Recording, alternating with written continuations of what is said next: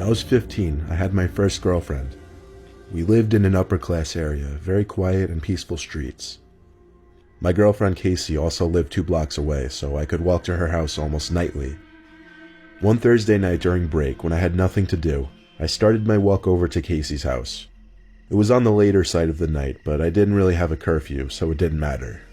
But pretty soon, I thought I could start hearing noises from around me. And when I say around me, I mean mostly behind me. The first time I heard it, it was the sound of a bush being shaken a bit. I only turned my head to look for a second without stopping. I just started to walk a little faster is all. When I got to the next block, I heard another noise, a twig or a small stick cracking. I stopped this time and turned around. All I saw was the empty street and the bushes that lined up along each property to separate the sidewalks from people's properties.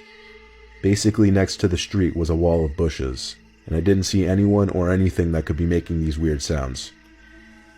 I picked up the pace even more, and I was reaching the home stretch to Casey's house. Of course, there was another sound again, this time more like footsteps. Quick, light footsteps. I turned again without stopping. No one, nothing. I could see Casey's house now. I called, and she picked up right away. I told her how freaked out I was getting because I kept hearing noises.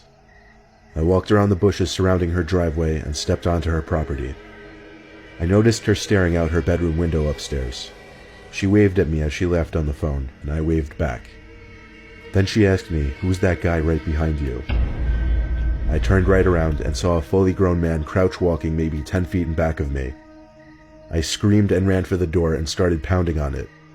The man grabbed me and tried to put me in some kind of headlock, but he let go and ran away pretty quickly. Casey's mom opened the door with a look of dismay on her face. She let me in and slammed the door shut as Casey came running over.